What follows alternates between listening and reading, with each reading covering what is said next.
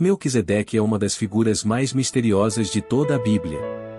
Em poucas linhas, seu nome atravessa séculos, conecta o Antigo ao Novo Testamento e levanta perguntas que até hoje intrigam estudiosos, pregadores e leitores atentos das Escrituras. Enquanto muitos personagens bíblicos aparecem com origem bem definida, família conhecida, descendência listada e feitos detalhados, Melquisedeque surge de forma repentina, quase como alguém que rompe o véu da história por alguns instantes, realiza um ato decisivo e depois desaparece outra vez. E, justamente por isso, ele se torna tão fascinante. Sua breve aparição não diminui sua importância. Pelo contrário, torna sua presença ainda mais impactante. Afinal, que tipo de homem seria capaz de receber a honra de Abraão, o patriarca da fé, e ainda ser usado mais tarde como símbolo de um sacerdócio eterno? A história começa em um cenário de conflito, em uma época em que reis se enfrentavam por domínio, honra e poder. A região do Vale do Jordão e das áreas próximas ao Mar Morto havia se tornado palco de uma guerra intensa entre alianças de monarcas. De um lado, havia reis locais que decidiram se rebelar.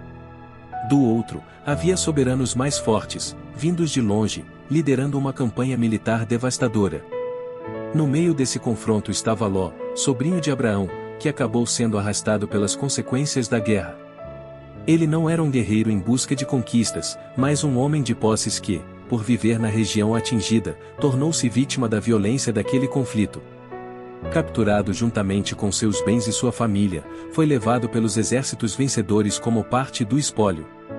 Quando a notícia chegou a Abraão, algo se acendeu dentro dele. Não era apenas indignação.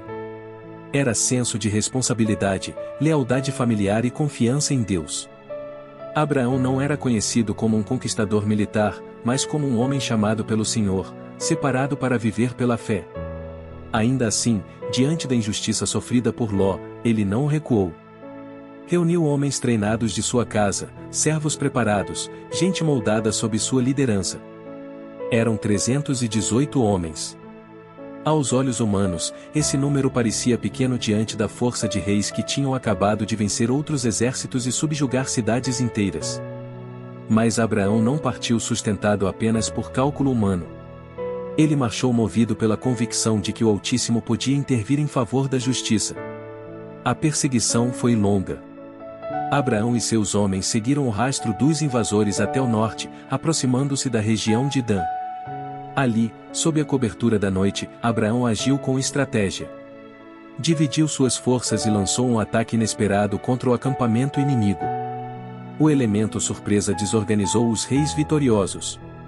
O que parecia improvável aos olhos humanos aconteceu, os opressores foram derrotados, os prisioneiros libertos e os bens recuperados.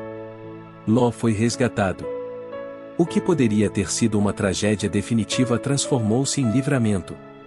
Abraão voltou da batalha carregando a marca de uma vitória extraordinária. Mas ele sabia que não podia atribuir aquilo apenas à coragem dos seus homens ou à eficiência de sua tática. Havia ali algo maior, algo que vinha do céu. É exatamente nesse momento, depois da guerra e antes das negociações políticas com outros reis, que surge Melquisedeque. Sua entrada na narrativa bíblica é abrupta, porém majestosa. Não há apresentação detalhada, não há genealogia, não há explicação sobre sua origem. O texto simplesmente o coloca diante de Abraão como rei de Salém e sacerdote do Deus Altíssimo. Essa combinação, por si só, já chama a atenção. Ele não era apenas governante de uma cidade. Também exercia a função sacerdotal. Em sua pessoa, trono e altar se encontravam. Realeza e sacerdócio se uniam de maneira harmoniosa, apontando para uma realidade espiritual que mais tarde seria vista como profundamente profética. Melquisedeque vai ao encontro de Abraão trazendo pão e vinho. Esse gesto, aparentemente simples, carrega enorme peso simbólico. Não se trata apenas de hospitalidade após uma batalha. Há ali um ato carregado de significado espiritual. Em vez de armas, ele traz sustento. Em vez de exigências, ele oferece comunhão. Em vez de disputar glória, ele abençoa. Sua postura transmite paz, autoridade e uma dignidade que não depende de ostentação. Abraão, que acabará de enfrentar reis poderosos, reconhece imediatamente que está diante de alguém maior no plano espiritual do que qualquer soberano terreno que ele tenha enfrentado no campo de batalha. Então Melquisedeque pronuncia uma bênção sobre Abraão. Ele bendiz o patriarca em nome do Deus Altíssimo, possuidor dos céus e da terra, e também bendiz o próprio Deus, reconhecendo que foi ele quem entregou os inimigos nas mãos de Abraão. Isso é fundamental. A vitória é reinterpretada sob a luz da soberania divina. O triunfo militar não é apresentado como fruto da força humana, mas como resultado da ação de Deus. Melquisedeque, portanto, não apenas abençoa Abraão, ele interpreta espiritualmente o que aconteceu. Ele mostra que, por trás da batalha visível, houve uma intervenção invisível do Altíssimo. A reação de Abraão revela o peso daquele encontro. Ele entrega a Melquisedeque o dízimo de tudo. Esse ato não é pequeno. Abraão não está simplesmente dando um presente protocolar. Ele está reconhecendo a autoridade espiritual. Na lógica bíblica, quem abençoa ocupa posição superior em relação a quem recebe a bênção. E quem recebe o dízimo é reconhecido como alguém investido de legitimidade diante de Deus. Assim, quando Abraão entrega o dízimo a Melquisedeque, ele testemunha publicamente que aquele rei sacerdote representa o Deus Altíssimo de maneira singular. Isso se torna ainda mais impressionante quando lembramos que Abraão é o homem da promessa, aquele por meio de quem Deus formaria uma grande nação. Depois disso, Melquisedeque desaparece da narrativa tão discretamente quanto apareceu. Ele entra sem anúncio e sai sem explicação.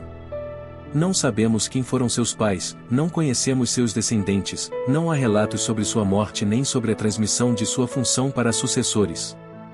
Esse silêncio das Escrituras é parte do mistério. Em um livro onde genealogias têm enorme valor, a ausência de linhagem em torno de Melquisedeque não pode ser vista como um detalhe irrelevante. É precisamente esse silêncio que mais tarde permitirá que sua figura seja usada de maneira teológica profunda. O tempo passa. Séculos se levantam e caem. Israel é formado. A lei é dada. O sacerdócio levítico é estabelecido. A descendência de Arão passa a ser responsável pelas funções sagradas do culto. Reis governam de um lado, sacerdotes ministram do outro. A separação entre coroa e altar se torna uma marca da estrutura religiosa e política de Israel. Um rei não podia agir como sacerdote sem se colocar em rebeldia contra a ordem de Deus. Isso ficou evidente em episódios como o de Saul e, mais tarde, o de Uzias. Misturar as duas funções era algo perigoso, porque Deus havia delimitado claramente cada ofício. Mas então, em meio a essa história, o nome de Melquisedeque reaparece. E reaparece de forma impressionante no Salmo 110, um dos textos mais profundos e mais citados de toda a Bíblia. Nesse salmo, Davi fala de um Senhor entronizado à direita de Deus, e em dado momento, o Senhor declara com juramento: Tu és sacerdote para sempre, segundo a ordem de Melquisedeque. Essa frase muda tudo. Porque, até então, o sacerdócio estava ligado à linhagem de Levi. Mas aqui Deus anuncia outro tipo de sacerdócio, anterior ao levítico, superior em natureza e duradouro em essência. Não um sacerdócio baseado em genealogia, mas em designação divina.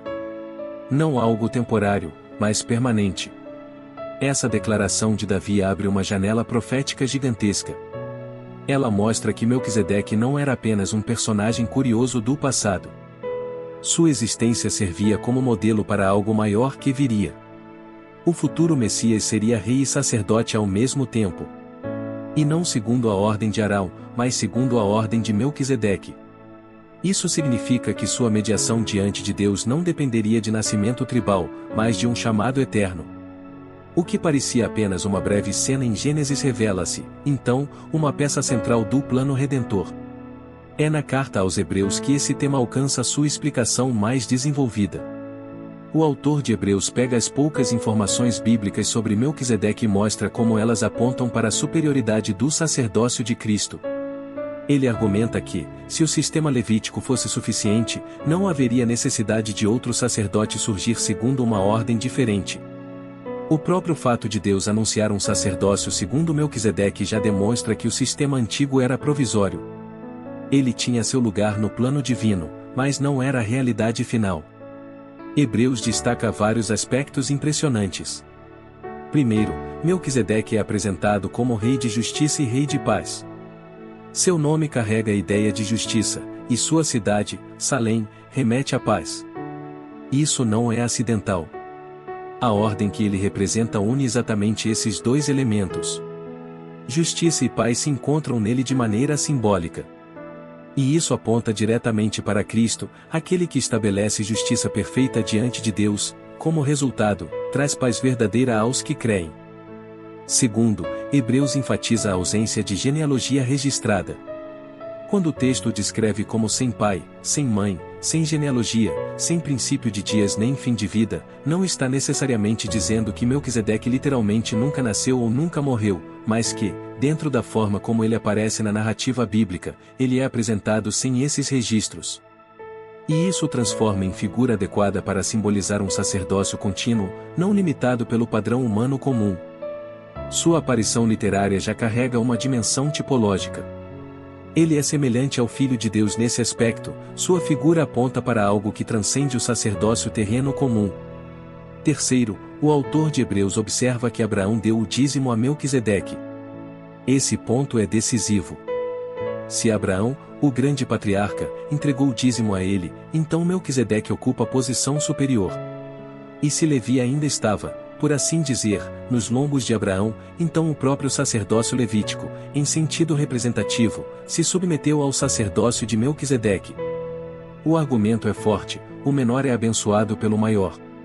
Logo, a ordem de Melquisedeque é superior à de Levi. Além disso, enquanto os sacerdotes levitas eram muitos, porque a morte os impedia de continuar em seu ofício, Cristo permanece para sempre. Aqui a conexão com Melquisedeque se torna gloriosa. Jesus não exerce um sacerdócio temporário, ameaçado pela fragilidade humana. Seu sacerdócio é eterno. Ele vive para sempre. Ele não precisa de substitutos. Não depende de sucessores. Sua obra não precisa ser repetida indefinidamente, como os antigos sacrifícios. Ele ofereceu a si mesmo de uma vez por todas, e agora intercede de forma perfeita pelos que se achegam a Deus por meio dele. É por isso que Melquisedeque é tão importante. Ele funciona como uma ponte entre o patriarca Abraão e a revelação plena de Cristo. Sua figura está colocada nas Escrituras como um prenúncio, uma sombra carregada de significado, um sinal de que Deus já havia preparado desde muito cedo a ideia de um sacerdócio superior, universal e eterno. Antes mesmo de Israel existir como nação, antes de o templo ser construído, antes de a lei mosaica ordenar os detalhes do culto, já havia em cena a imagem de um rei sacerdote servindo ao Deus Altíssimo. Esse detalhe também revela algo profundo sobre o caráter de Deus. O Senhor não estava limitado a uma atuação restrita apenas dentro de Israel. Melquisedeque mostra que o Altíssimo tinha testemunhas e representantes fora das estruturas que mais tarde seriam formalizadas na história do povo hebreu. Isso amplia nossa visão. Deus sempre foi maior do que os limites humanos tentam impor a ele. Mesmo antes da organização nacional de Israel, sua glória já se fazia conhecida.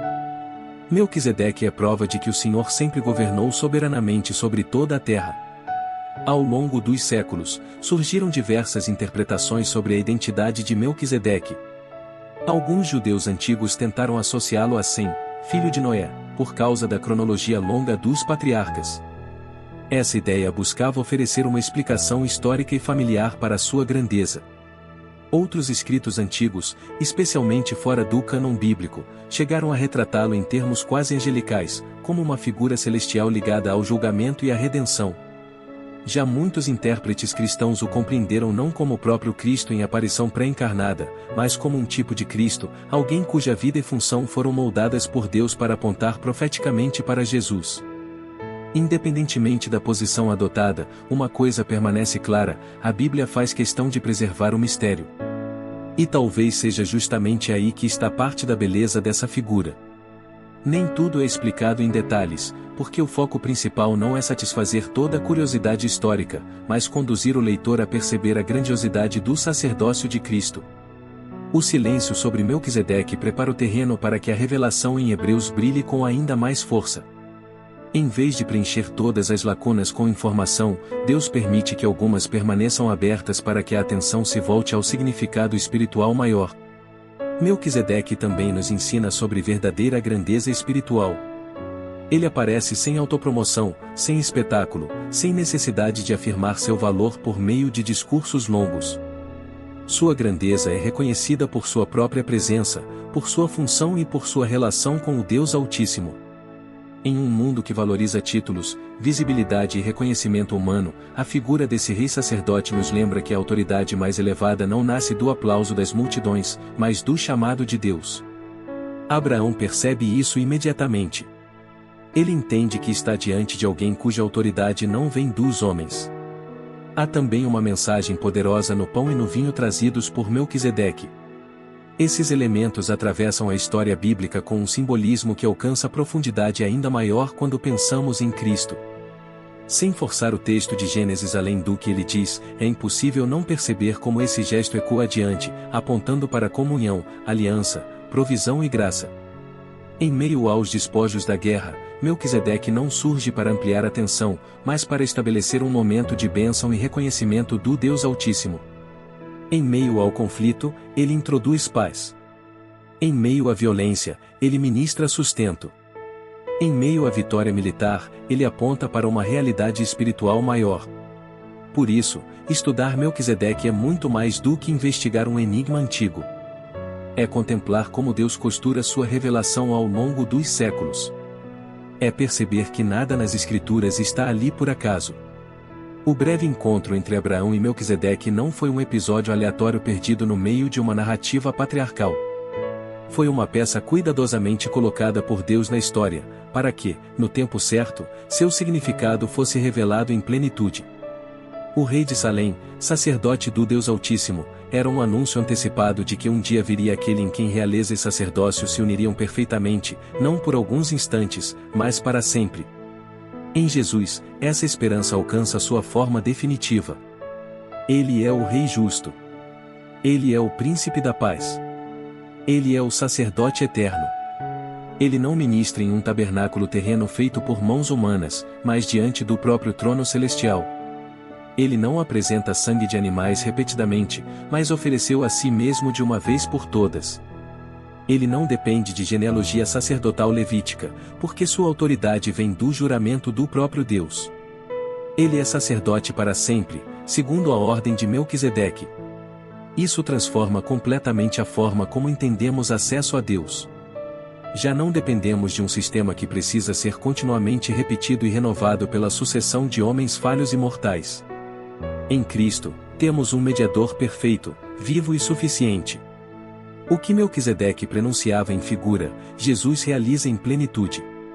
O que em Gênesis aparecia como sombra, no Evangelho se torna realidade. O que era mistério antigo torna-se segurança presente para a fé. No fim das contas, o fascínio em torno de Melquisedeque permanece porque ele nos força a olhar além da superfície. Ele nos convida a enxergar que a Bíblia possui profundezas que não se revelam apenas numa leitura apressada. Um personagem citado tão brevemente pode carregar uma riqueza teológica gigantesca.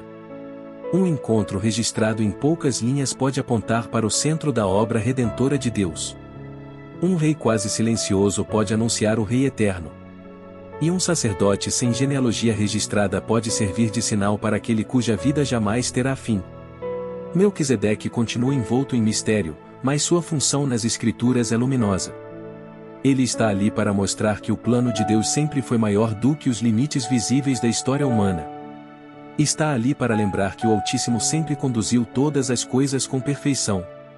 Está ali para anunciar que existe um sacerdócio superior, uma justiça mais alta, uma paz mais profunda e um rei maior do que todos os reis da terra. E, acima de tudo, está ali para apontar para Cristo, o centro de toda a revelação, aquele em quem o enigma encontra a resposta, a sombra encontra a substância e a esperança encontra seu cumprimento eterno. Se você gostou desse conteúdo, já deixe seu like, se inscreve no canal e ativa as notificações. Deus te abençoe. Até a próxima.